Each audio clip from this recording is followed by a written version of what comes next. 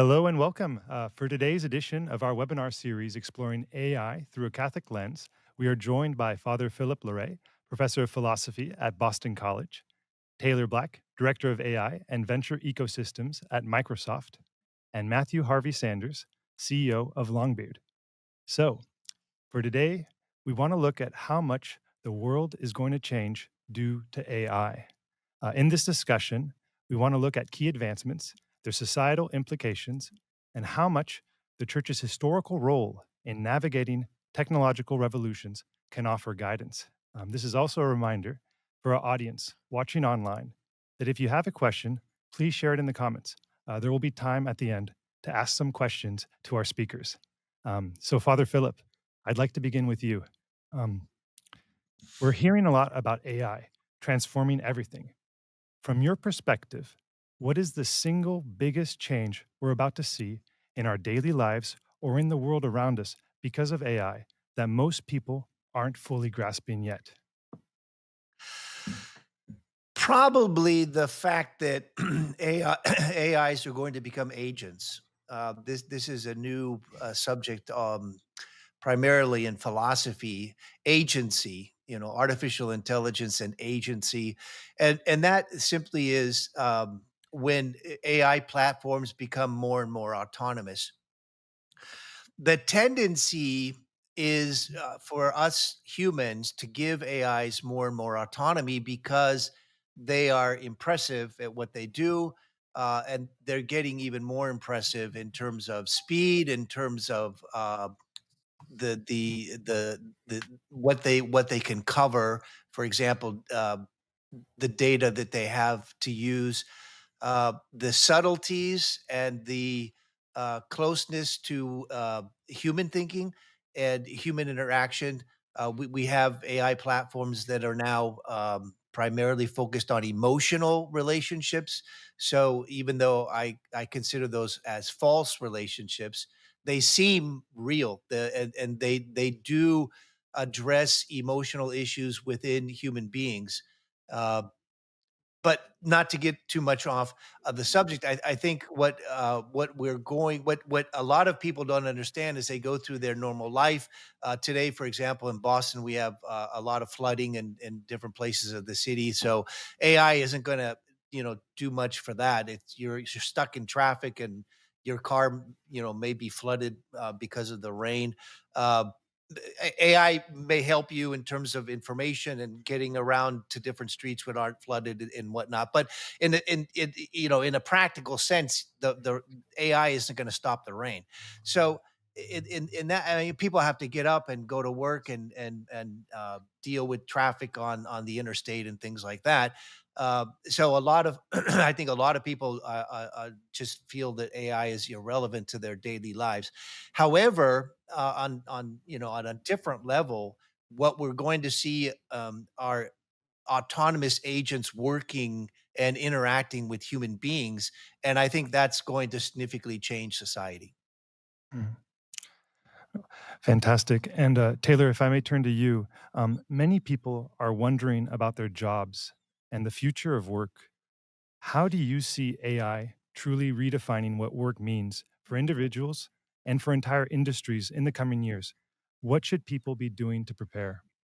Yeah, that's a really big question, and I think we can approach it with a lot of trepidation, because when you have a fundamental technology shift like AI provides us, similar to the Industrial Revolution, similar in some ways to the invention of writing, it can be hard for us living in the current paradigm to look past the technological shift to see the new abundance and jobs that can be created post that shift. But as Pope Leo reminds us, it's a really important thing to consider, not just having that rosy-eyed view towards a future that has yet to be built, but really working through the hard parts about a large technology shift in our daily lives, in our daily workplace. I think that AI really is going to touch every industry, every sort of role and position. It's certainly already touching white collar and technology jobs in particular.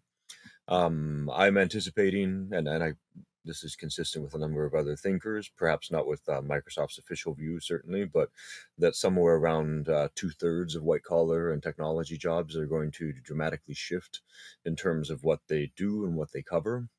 And in the near term, that's scary. Things that I've built startups on 10 years ago have become easy and trivial, and such that I wouldn't be able to build a startup around that sort of thing today. This doesn't mean, however, that the human role in that sort of work and in that sort of employment disappears. It means that it changes, and what that change entirely looks like, how we can prepare for that, is really leaning into our humanity.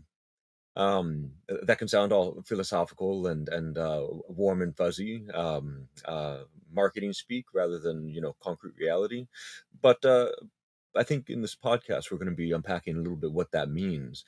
Most fundamentally, though, it is that you, as a moral agent, you as a pursuer of truth, of correct answers, of what good looks like, um, can utilize these AI tools in ways that expand your capacity, expand your effective freedom. And it's there that you should be playing around with them, working with them, creating with them in order to land in this new technological paradigm well prepared. And Matthew, if I may turn to you, the pace of AI advancement feels incredibly fast. What is one major misunderstanding or common fear people have about AI that you believe needs to be clarified? So many things. So many things. I probably the one that I think is probably the most harmful is that AI is kind of is going to set out to destroy humanity. For some reason it concocts of its own. I'm not saying that it's not possible that we build some AI that just connects dots the wrong way and considers us somehow an impediment to its flourishing. But all the tests that we're seeing, I mean, aside from like red teams, which are testing these models internally and they're trying to provoke such behaviors, we haven't really observed much of that in the real world, frankly. And so I think as we continue to scale up capability, I think I'll be less afraid of models, at least in some ways, at least of the models themselves. And doesn't mean I won't be more afraid of what people may do with them. But I don't think being fearful of AI makes a lot of sense at this point. I think what we should be fearful of is how people use the AI and how people may react to AI, not just AI into embodied AIs like robots, once they really start moving into greater production and they start really kind of threatening not just white collar jobs but blue collar jobs. I think for good reason, people would worry about will I be able to pay my mortgage and put my kids through college and feed them and so on and so on. So I think it behooves us to ensure that we're talking, having a very broad and robust civil conversation about the way these technologies, like in the nearer term, are going to be affecting our societies, and ensure that we have the right safety support systems in place. And frankly, that there's just a vision that we can all kind of get behind for the future. And Matthew and Father Philip, I'd like to get your perspective on this. Taylor mentioned, how we lean into our humanity, and I really like that image, and I think that's so clear and kind of a beautiful way to, as the technological sphere kind of seems to kind of take over. But as we look at this rapidly evolving landscape, where do we as humans truly fit in? What unique aspects of being a human will become even more valuable or essential as AI becomes more capable? Father Philip, I can throw that to you and then get Matthew your response on that. A friend of mine who lives in the valley sent me a photo yesterday of a poster at a bus stop, and it said, "Don't hire humans." And and the picture is three humanoid AI generated people.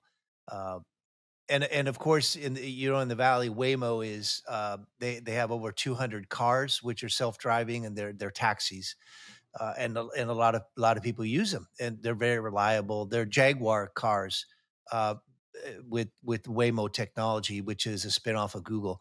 Uh, but that poster really hit me. Don't hire humans, because a human did that. A human it's not some AI company that promoted. Not maybe it was an AI company, but it just struck me where we're going with this. Don't hire humans. It is an AI company, though, and you have to say they got us talking about it. So it's a brilliant marketing campaign. I Mhm. mean, in that sense, right? Yeah, but there could be a backlash. I mean, people little by little, people are going to start, realizing my job is in danger.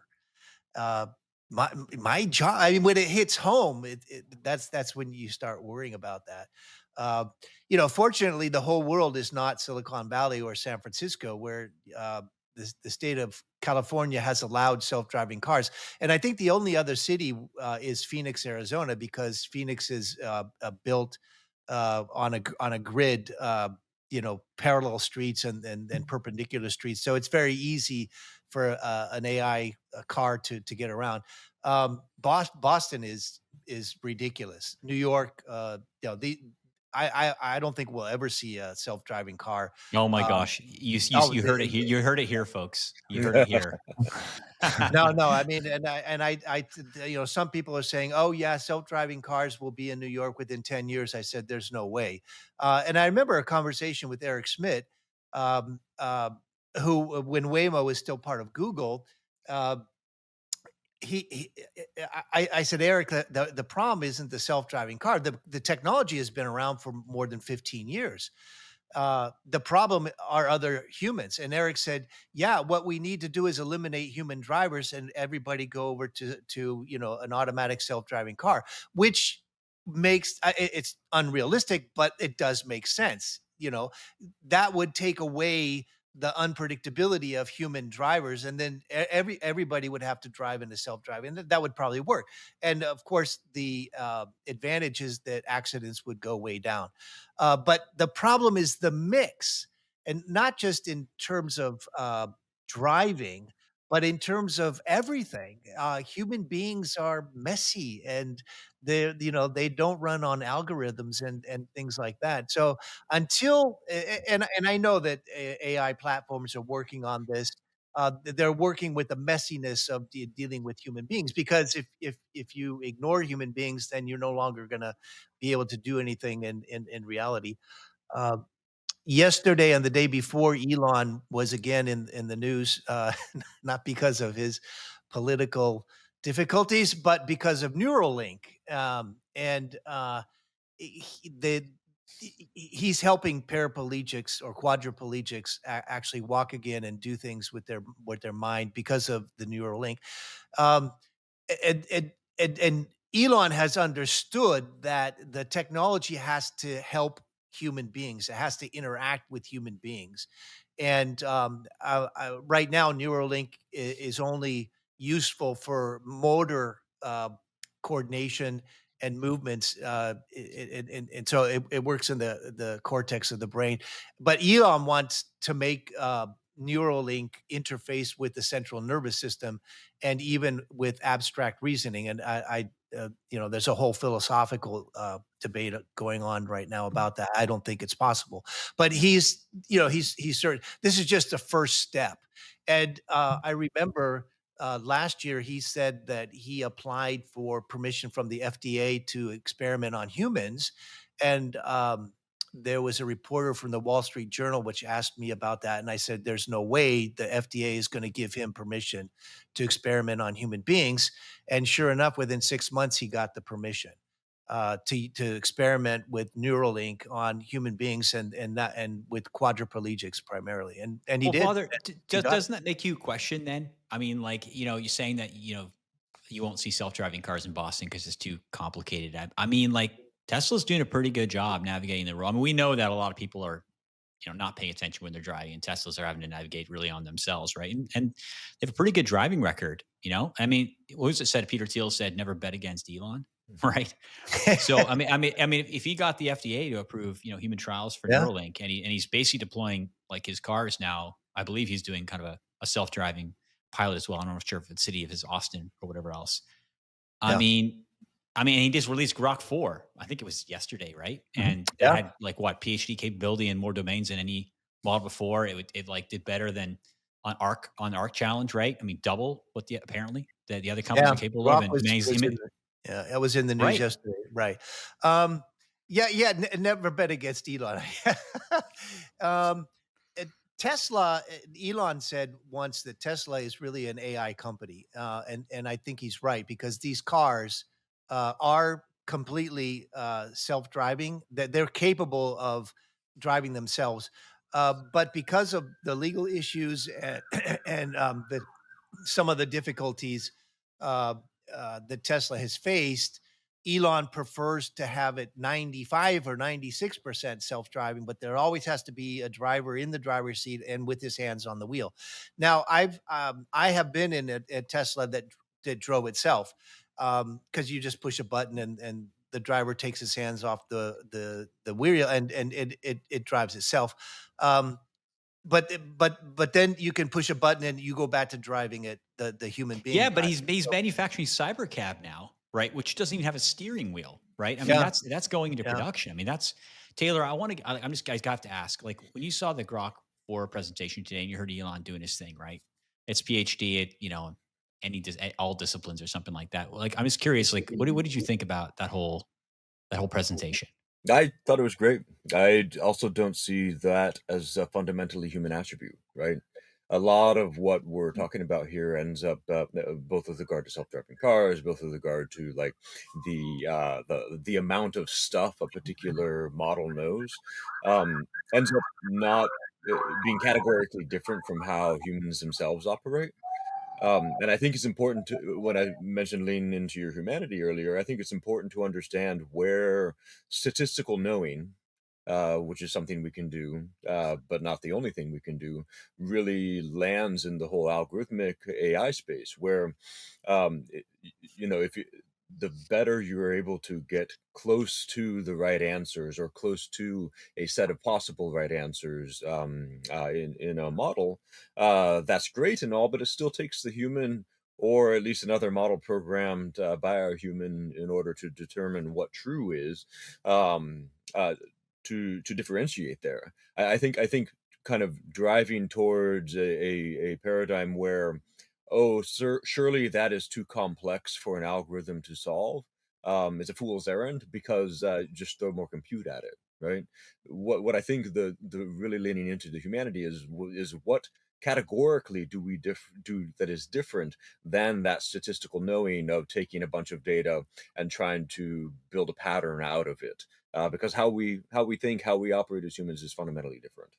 Do you think, Taylor, like, there's gonna be parts of the economy that only humans are gonna be able to do? Or do you feel eventually it's possible AI and robots will be able to do it? Because, I saw recently Y Combinator had their big event, and the guy who created the ARC challenge was giving a keynote. And he was saying, like, AGI really is about kind of unlocking fluid intelligence. And I was like, that feels like it's a way off. And then I saw today or yesterday Mhm. that, Elon had like doubled, scored higher than on Arc, twice as good as any other performing. And I thought, man, maybe that's not as far away as we think, and it made me rethink that, maybe there really will be very few to. Anyways, what do you think? I think that AI touches every possible job there is out there. If you need to look at a book, if you need to talk with another human in order to understand something about something, if there's a body of knowledge that you need to access as part of your work, then you should be working alongside a AI companion, because it is the Google search, it is the Library of Alexandria, it is in small ways and increasingly large ways a adversarial thought partner that helps you think through certain kinds of questions in different kinds of ways, if you utilize it appropriately, all of which can help you in most jobs and most sorts of professions. And if we look at that, Father Philip, like to turn this to you for a second, we look at that and we see, okay, this is optimizing, the efficiency is going up. That's all fantastic, but do we risk losing on some replacing in a way humanity in that sense? If you look at things and we look at work and we look at productivity, and a human essentially is unable in almost any metric to be able to compete in that sense, people start to look at a very bleak outlook. And with regards to the poster that you saw up for don't hire a human, why would you do that? Well, I could very easily see lots of young people growing up today who are, doing their education, who are trying to get good at skills, who are trying to form themselves, saying, "Well, what's the point? Where can we hold on to? If we were leaning into our humanity in that sense, what would that look like?" One of the things with which I'm in agreement with Ray Kurzweil is that this represents another stage in human evolution. Eh, and so, Ben, I think you're right. If we continue along the path that we've been walking for the past 1,000, 2,000 years, if we realize that we are only going to be meaningful or useful in the universe by adapting and changing according to the presence of AI in society, then we're going to get along. Then I mean, then we have a future. Uh, a lot of people are burying their heads in the sand and hoping. Well, I speak, from my experience in higher education, where the provost is telling professors to change their syllabus, to incorporate AI, to understand that students are using it, et cetera, et cetera. I radically changed mine last year, and I think it worked out well. But there are some professors who are saying, no, it's a fad, it will pass. I'm not going to worry about AI. Well, it's Taylor. You probably have a lot more to say about this than I do, but it's not going to pass. It's here to stay, and it's only going to become more significant. So, Ben, I think that, and I tell my students, I said, don't pursue a career that can be taken over by an AI. Now, Goldman Sachs did a report on what jobs are going to be lost, and I take advantage to tell my students, especially the male students, the priesthood will never be taken over by an AI. So, you Boom. know, yeah, go into the priesthood and you'll be, that will never be taken over. But for example, coding. The Wall Street Journal came out with an article last week saying 97,000 jobs have been lost in the tech sector because of AI, and particularly because of programmers and coders. Uh, you know, the AIs do it better and faster and with greater efficiency, et cetera. So I tell my students, don't go in, don't become a coder, don't go into programming software, because the AIs can do it better. Physical therapy, that's probably not going to be taken over by an AI, but Elon is convinced that his robots will be able to do that. What's he call them? Optimus. So imagine Grok inside one of Elon's robots. These are going to be pretty impressive things out there in society, and you could probably train the robot in terms of human anatomy in order to stimulate a certain muscle, or you do this for the leg or something. So you would think that a physical therapist would never be taken over by an AI, but even that may be up for grabs. Look at the legal industry, medicine. We have a professor here at Boston College who's a specialist in terms of AI in medicine, and he just flew to Notre Dame for a convention that they're having, this weekend on that subject. And Taylor, I'm sure could add a lot more. The list goes on and on. And he said before that almost every aspect of human life and society is being touched in some way by AI. I agree with that. And Taylor and Matthew, if I may, when you guys look at the roadmap ahead, and you look, let's say 6 months, a year, a few years from now, what areas do you feel are going to be fundamentally transformed in the best way possible? And what areas do you feel, if we look at societal architecture and the foundational building blocks of society, are going to remain more or less unchanged? If we were to look at the future. So just to kind of jump in there, I think it's important to remember what Gates said with regard to the pace of technological change. He says we generally overestimate what can happen in 5 years and underestimate what can happen in 10. What we're seeing here is with AI in particular is the application of a really powerful technology in a distribution system that has already been set up by virtue of the internet, by virtue of software in general, that allows you to ship a whole lot really quickly into a whole bunch of spaces that we generally consider white collar, right? The interesting thing about this is because it's hitting knowledge work in particular, knowledge workers are able to accelerate what they're able to do as a result of that. Now, our kind of stereotypical way, perhaps, of thinking about this is, sweet. Now I have Chat GPT in order to write a Mad Lib for my brother's, bachelor party or something like that. And these more trivial ways of working, and it manages my calendar. It helps manage my email. I think the more fundamental ways in which AI is being used, for example, in AI for scientific discovery, where you're able to simulate billions of experiments before getting to the experiments that actually need to be run in the real world in order to come up with a new protein or a new drug or a new therapeutic. Gives us a better insight into how knowledge workers can also apply this to different kinds of technology. So it's if you're a robotics manufacturer, for example, or a robotics researcher where you're attempting to do the Boston Dynamic thing, right? um, all of a sudden you have this accelerant next to you, this thought partner who's able to who doesn't get tired, who has no interests other than the ones that you tell it to be interested in, that allows you to accelerate your own research as a robotics researcher, driving that particular technology forward. Now, right, we're still going to have to build the robots. We're still going to have to build the things in the hard mechanical real world space that allows software and artificial intelligence to be those real world companions. But we've given ourselves as a motorcycle for the mind, to kind of riff off of Steve Jobs's, the computer is a bicycle for the mind. And that's really where we're seeing all of the human ways in which we're utilizing this technology to touch every aspect of our life.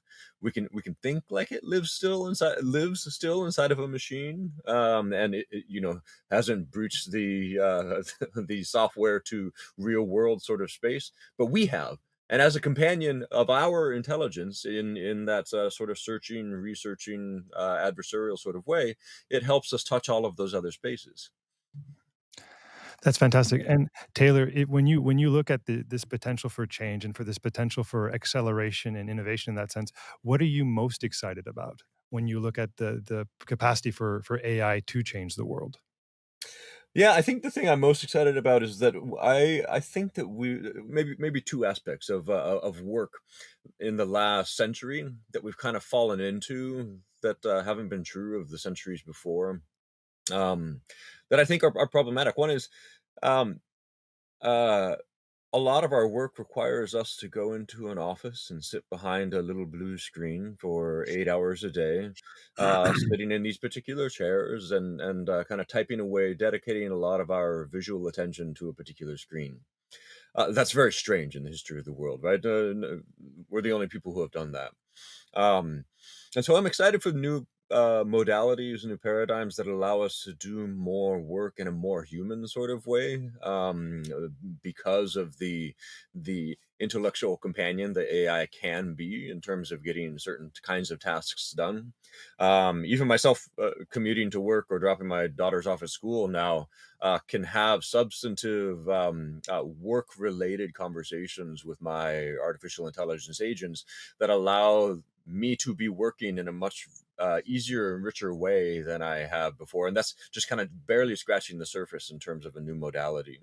I think the other thing that is really going to help us shift up, and although this depends on how we want to reshape our understanding of work as a society, is if I effectively have a fleet of agents that can do a lot of work that I perhaps used to do on my behalf, um, why can't we shift to something like a 30-hour work week? Why can't we realize the vision that I anticipate will happen in the next calendar year or so, as Sam Altman anticipates too, of having the first one-person billion-dollar valuation company? Uh, Agents could do a lot of different kinds of work, and if they're orchestrated by the human, which is how AI should be used, and its highest value is found is orchestrated by a human, why can't we approach this from kind of an era of abundance or an era of you know redefining what work means so that we get to spend more time with each other, with that sort of leisure as the basis of culture sort of concept.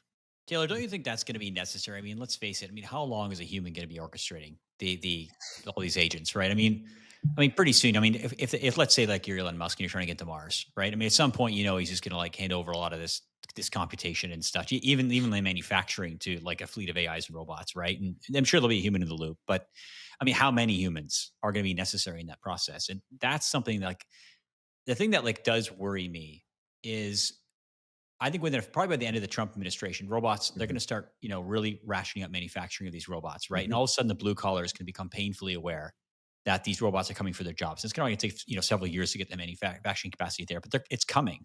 And Yep. people are going to read between the lines and like, this is it. And I worry about like that violent like reaction to that, right? Saying like, if they don't have a vision of the future and they're not assured that their like Maslow needs, like shelter, the ability to feed their children, and things like that are addressed, that they're going to be okay, they may like I could see people being like pissed off and the pitchforks are in the streets and they want to stop this thing, right, and slow it down.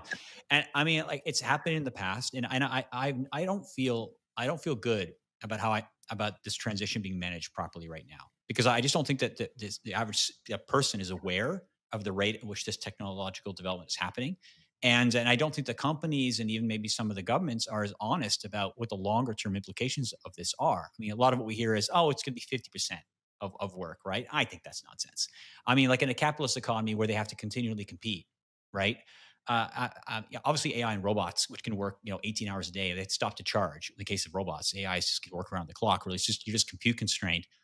They're going to have to continue to give more and more of these jobs over to AI and robots to stay competitive.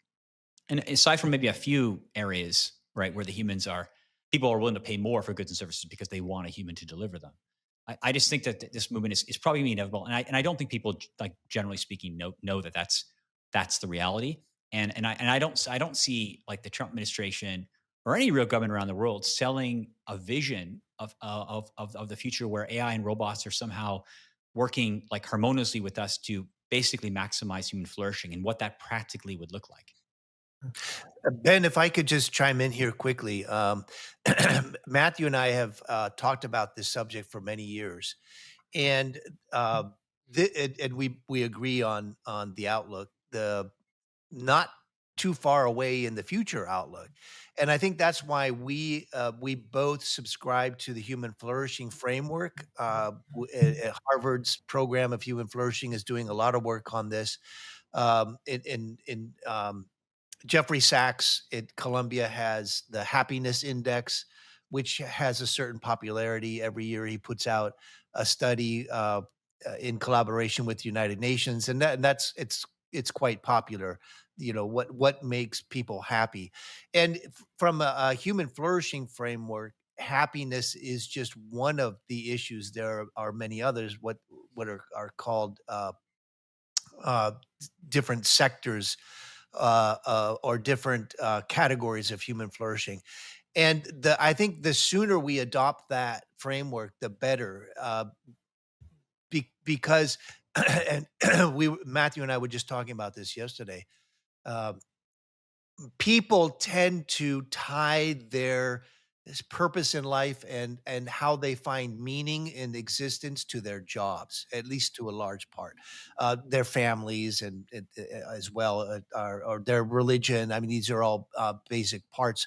But I think fundamentally, people need a job in order to have meaning in their life. Now, this is going to have to change because a lot of people are going to be without a job, and yet they still need to find purpose and meaning in life. This is one of the categories of human flourishing, and the sooner we realize that, the better. Taylor's comment about leisure being the key to culture. That actually comes from the ancient Greeks. The ancient Greeks understood, like Plato, Aristotle, the philosophers, but even the political philosophers also, that made Athens the first democracy. They understood that people needed downtime. People needed leisure in order to think about the most important subjects in life. What is the meaning of life? Where do we come from? Where are we going? What makes me happy? Aristotle wrote an entire treatise on what makes people happy, and his answer was living a good life. And what is a good life? Living according to the virtues. And there are different ethical systems that have been devised over the years, especially in the West. The East, I think, has a whole different paradigm. But we're grappling with that now. What is a good life? What do we need to do to achieve happiness? And we have to figure in the equation the presence of AI. And I think the we there are um, there are tendencies in society of people thinking about this and offering solutions, or offering avenues towards greater meaning in life. Um, and I think we need to go down that road, and even in to a greater extent. No, And Father, if I may, when you speak with people developing AI, and they're obviously the amount of impact, the amount of change that's going to happen because of an AI is enormous. What are the blind spots that you see when they're talking about AI in the project, and they might mention human flourishing, or they might mention some tech secular version of this language, but if they're not, one of the things that we've talked a lot about is that the Catholic Church has seen and experienced technological revolutions before, whether it was the Industrial Revolution, the different societal transformations, and it's has this body of knowledge. But when we're looking at, a lot of these developers who are working in Silicon Valley, and they obviously, have different mindsets, different, I guess, ethical ways of looking at things. What are the blind spots that they have, that they're not, that they're not embedding in this technology that's going to have such an enormous impact on all of our lives? Most of the people that I speak with are very aware of the importance of what they're doing. Now, again, there's kind of a natural selection. Somebody who could care less about humanity and just wants to make money is probably not going to reach out and talk with me. But there are a lot of people, having been born in Mountain View, I think helps, because Google made their headquarters there. But we're in contact with Demis Hassabis, with Jitu Patel from Cisco, and Eric Schmidt. The list goes on, and Sam Altman himself.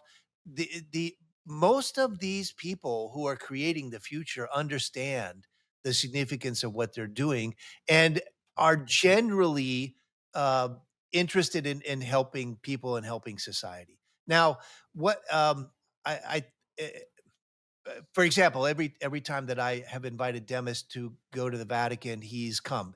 Well, he lives in London, so it's a little bit easier. But Demis is now a member of the Pontifical Academy of Sciences. He won the Nobel Prize in chemistry a few months ago for AlphaFold. He's just an amazing person, and he has a great heart. And he the reason he won the Nobel Prize is because he's using AI in order to help humanity. To understand how proteins fold is the secret to vaccinations, to antibiotics, to even a cure to cancer. Demis is convinced within 10 years, many of the diseases that ravaged the human race will be solved by a collaboration between AI and human beings. And um, I I think he's right. I don't know. 10 years may be a little bit too soon. Taylor can speak to that. But if there is a blind spot, it's the market. Um, these huge platforms are dependent on the market incentive, and that has been kind of that's the weakest link. When you can't tell these people to stop innovation, or don't worry about DeepSeek and the Chinese and things like that, because the competitive edge that the United States has right now is very, very small. It used to be maybe 3 years ahead of other companies and other countries, and now that's probably 3 months. And what DeepSeek did in January, it almost tanked Nvidia, is an example of just the how volatile the market is. And so but my one wish is that these people, the heads of the platforms, just there are other considerations than the market value of your But company. Father, like, don't you think like they're inherently? I mean, I think Demise Aspis and those guys are. I think they're generally good guys. They got kids, obviously they care about the future. But at the same time, they have shareholders, right? So I mean, they're going to have limits to what they can say. And I think actually Demise and Dario from Anthropic have actually been surprisingly vocal about the need for regulation and things like that because they understand how disruptive these technologies are going to be. But if like CEOs are always going to be kind of limited in what they can say. They can only be so doomerist, right? And like I don't know, governments also, I mean, China and the U.S. are not going to take their foot off the gas because they obviously feel like getting to AGI is absolutely critical because whoever gets to AGI will have major economic unlocks and probably military ones, right? So that they're probably not going to slow down, and which means like regulation is probably not going to be their priority. I mean, to date, obviously that seems to be the case. So who is going to be like championing like the regular person, right? Like who's going to be like pressuring like these governments in like at least in a soft way to make sure these technologies are pointed at the right problems and that they're properly regulated with the right safety rails and things like that. I mean, I think some people think with the Pope's new interest in this technology that maybe he's one of those voices. But do you think how effective do you think he's going to be at steering this technology? I mean, if he is able to share some kind of positive vision for what is the right balance between AI and humans, and how could we live, how could we recapture our humanity and be liberated in some ways from this GDP economy so we have more time for leisure? Like, do you think he's going to be effective at selling that vision? And it's like to what extent, should the church have a role in this conversation? Taylor, that's for you too, man. In the absence of a universal consensus on regulation, the Pope's voice is very, very powerful, and his voice is a universal voice. He's not talking. He's from Chicago, but he's not just talking about the U.S. He's talking about the world. And my hope is that he will assist efforts which are going on in the Vatican already to invite the major players, particularly the CEOs of the platforms, to the Vatican and to the Pontifical Academy of Sciences with Cardinal Turkson, but also Archbishop Tai at the Dicastery for Culture and Education, in order to come up with solutions. One interesting fact that went a little bit under the radar was Melania Trump's efforts to pass a law called "Take It Down." She invited a high school student that was a victim of deep fake to the inauguration in January 2025, and that same high school student was with her when Donald Trump signed the law uh, fining platforms and people who come up with deep fakes, which are, shall we say, scandalous or derogatory towards human beings. The and that was Melania. That's a powerful ally to have, in the White House. But Chuck Schumer, I think, is also very active in trying to get some sort of law in the books. But Chuck knows a lot of people in Silicon Valley. Sam has told me every time that he's been invited to Washington, he's gone, and even Mark Zuckerberg also, who doesn't enjoy being being interrogated by the Senate Committee on Technology and Innovation, but he himself has gone many times to Washington to speak with the senators. And then last year, Chuck organized a behind closed door meeting with a bunch of execs, and it was funny at the beginning. They had kind of a press. It was closed doors at the end, but you did know who was there. So on the one hand, you have Jeff Bezos and Bill Gates and Sam Altman. They're on one side, and on the other side, you have all the senators of the committee, and it's just like two different worlds. So, because the tech people really don't know how to make a law, which is fine, but they know how the tech works. And then the senators know how to make laws, but they really don't understand how the tech works. And if you remember, Taylor will probably remember uh, the senators asking Mark Zuckerberg about how Instagram works and Face. They have no idea. And Mark was trying to be understanding without being condescending, because you kind of assume that people know how this stuff works, that they had no idea. And so Mark was saying, well, I'll take you through it if you're really interested. This is how it works, et cetera, et cetera. Um, one thing that we do know is that the senators do not like the AI Act in the European community. So the EC has passed a law called the AI Act, and it was approved by Parliament last year. It's now being implemented, which governs the use of artificial intelligence in the European community. Um, the So obviously the European, I know some of the people that helped draft the act. One is Luciano Floridi, who now works at Yale. Yale established a center for the ethics of AI, and Luciano is in charge of that. He used to work at Oxford. Matthew, you know him. You also know Maria Teresa, who was one of his closest colleagues at Oxford. She's still there at the Institute for the Ethics of the Internet. And other people, Father Paolo Bonanti helped draft it, and so it's an interesting law, but it's not going to be applied in the U.S. And one of the things that, and I want to hear Taylor on this, but Chuck Schumer said it takes about 5 years to establish a law, and and he said, we could start getting a law on AI, but within 5 years, it's going to be completely obsolete. So why bother? Taylor, and that's my point, Taylor. Effectively, like I understand why Demise would say, regulation, but obviously that's not going to work in this paradigm, right? So, it's kind of weird for me that the Pope and the companies, like, I just don't know effectively if that's going to work. And so but I'm curious to know from your perspective, do you how far do you think those companies would go to kind of line up with the Pope on some kind of vision? Yeah, so it's interesting. There's a lot to unpack here. Definitely, regulation is an important thing. I do think it is too slow as well. But the interesting thing here that's remarkable to me, and it actually reminds me a lot of some of Walker Percy's work with regard to the loss of the creature.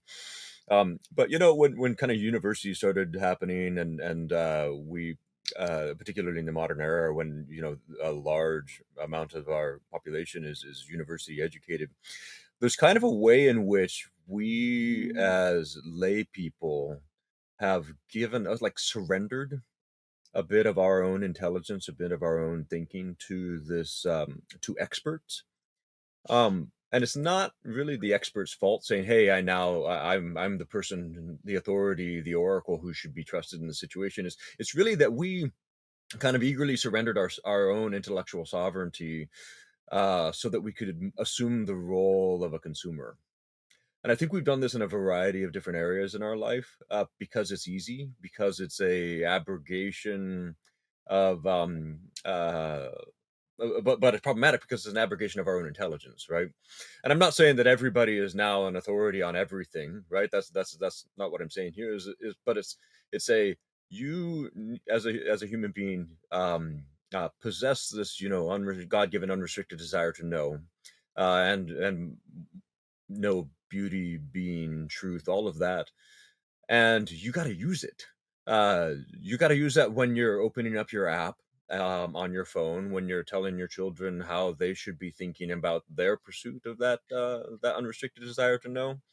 And we as lay people now have the best amount of information, the best amount of steady things that I remember Louis L'Amour, in fact, quipped that it's no one have a claim to be uneducated when you can go down to the corner bookstore and buy the collected works of Plato for 50 cents, right?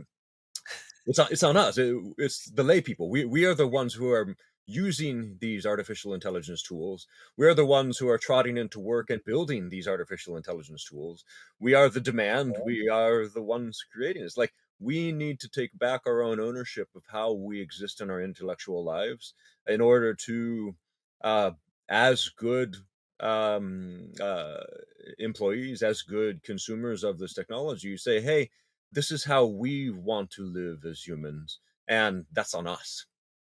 Dude, I think that's totally refreshing because I couldn't agree more. And I think like a year or two ago, I think we've been more cynical about this. But you remember when like that omnibus bill, they were trying to ram that through around Christmas or something. They gave like it was like some massive like tome, right? And they gave like it was like it 48 hours to read it or something. Like, and could think in like like a few years ago, I mean, like impossible, right, for people to crunch that. And I remember like someone must have uploaded online because I remember like on X, all of a sudden people had access to it and they were using AI to query this thing, right? And they were pulling out all kinds of wacky stuff and they were all saying this is outrageous. And then they were saying we got to stop this thing or we got to get this out of this bill.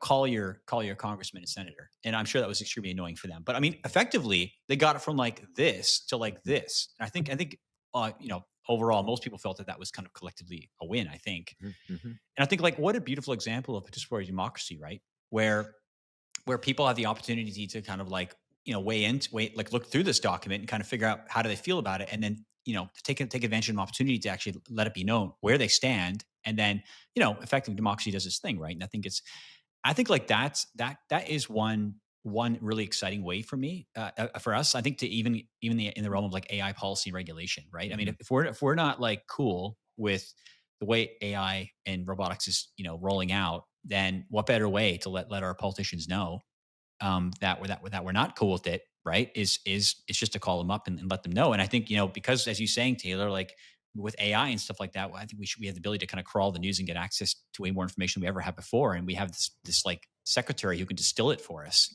Yeah. right? Well, and And and not I mean, and not and not just policy, right? The actual companies producing this are selling it to somebody. We are the right. somebody. If we are good customers, we will tell these companies creating these things what we want. Yeah. And here, I'd just like to turn to there's two questions that are kind of interconnected here from our audience. This is from Kimberly, and she says in the comments that she's a mother and she has a high school boy. And she's asking for practical advice on what to do if for a parent who has a child who's going to be entering college in the next few years. um, Taylor, Matthew, Father Philip, what when we our audience here, of course, is curious and concerned. What advice for those parents and younger students who are looking to build their futures in a for I guess optimizing flourishing in that sense.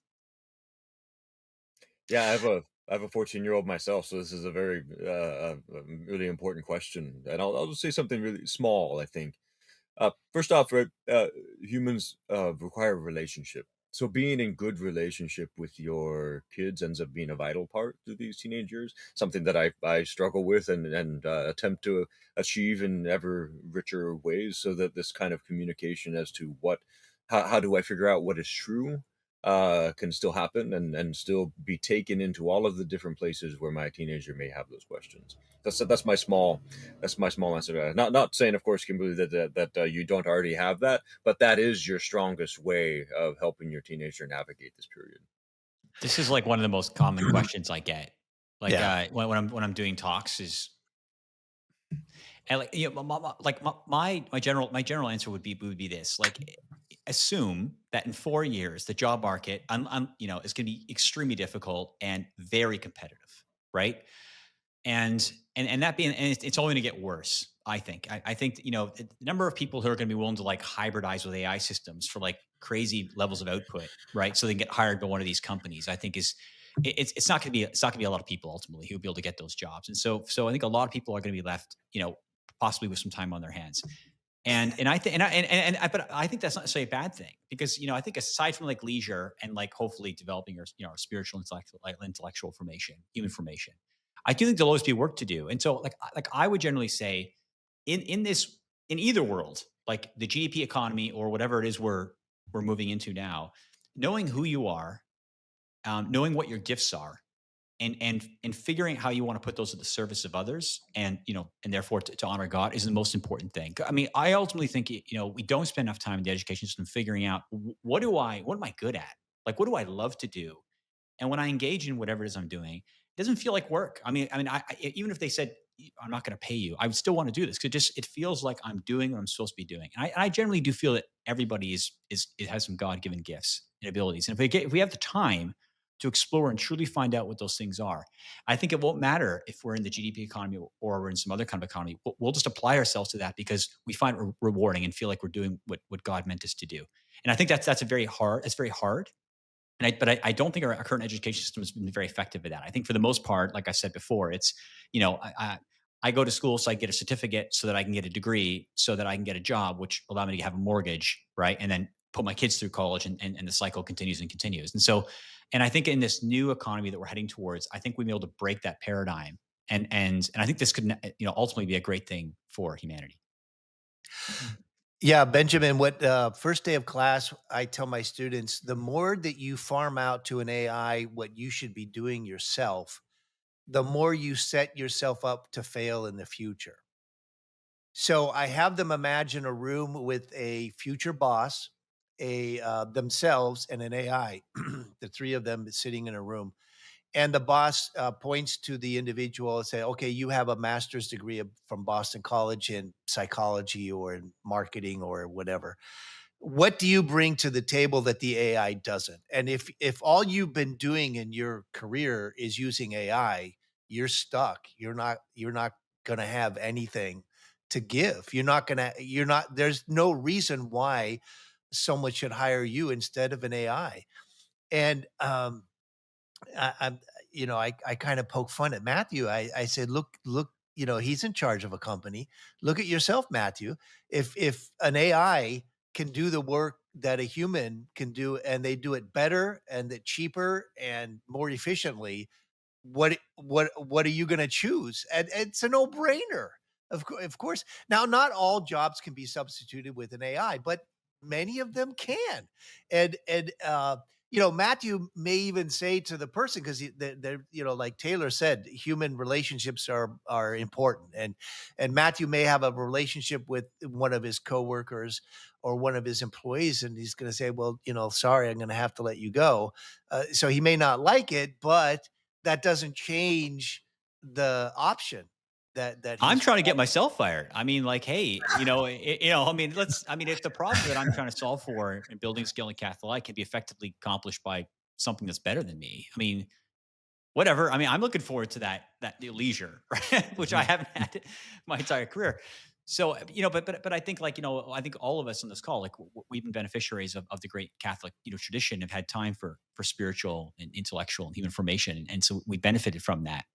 But I think any company that's truly focused on solving real problems, right? I think that, meaning they're mission driven companies, cares about outcomes, more than anything else. And I think that, obviously, people are going to be displaced because of these changes and things like that. But I think as long as people can see that there's still a place for you, right, in the future, there's still a place where you matter, your skills matter, right? Even if that means that what you're best at is just, talking to other people, right, building relationships.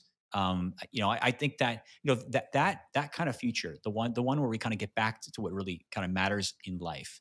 I think that's what kind of motivates me is creating that world, not maintaining the current paradigm, right, where I work longer and longer and longer because the world keeps getting, worse and worse and worse, and the problems just seem so daunting they require all of my time and attention. Hmm. And here in the closing minutes here, we have a few questions from our audience that I'd just like to get some quick hits. Matthew, Taylor, Father Philip, there's a few audience members who are saying that they are curious about AI, and where can they first start? Where can they learn? A few have also asked about Catholic AI, and we'd of course like to point them to Magisterium AI as an incredible Catholic answering machine. But Matthew, if you could just share with our audience a few quick hits here. I've talked enough, but suffice it to say, I mean, if you're trying to figure out like what AI to use, I think there's the obvious ones, right? All the products of all the major AI labs. You got Gemini, you got Claude, right, from Anthropic, and you have Microsoft has. But I think I would say part of this decision making process be: do I like this company? Do I trust this company? Do I feel this company is a force for good in the world? Nowadays, most of the companies have models which are pretty much at parity with one another, right? It's very competitive. So I think you can actually be discriminating to some extent. And I think this is actually very important for us as consumers, because if we choose to use one AI over another because we believe that the company is trying to work on harder on AI human alignment, or is trying to be a positive force in the world, then I think that ultimately will actually help the rest of the companies, to pivot and head in the same direction. Yeah, Benjamin, the short answer for me would talk to any college student. They know this stuff really, really well, and they use different platforms for different things across different departments. This is one of the great things about Boston College. I'm on the steering committee for AI. Is that there's no one unified declaration about AI. The president has allowed the different departments to come up with their own, and we have almost 30 different departments. So the philosophy department is going to be much different than the chemistry department, than the nursing school, than the law school. And the way that those students use the AI platforms are very, very different. So if you're new to this, I just grab a college student and say, hey, take me through how to use this stuff, because they are experts. They actually teach us professors a lot about how to use the AI. And also ask the AIs. To try a couple of them out. Ask them, why should I be using you and what are you good at? And then make your own human informed decision as well. Beautiful. Well, thank you, Father Philip. Thank you, Taylor. Thank you, Matthew. This has been a wonderful conversation. And for all of our audience that is watching online, please follow us online at the Builders AI Forum for all of our latest updates. Thank you, and God bless. Thank you. Thanks. Take care.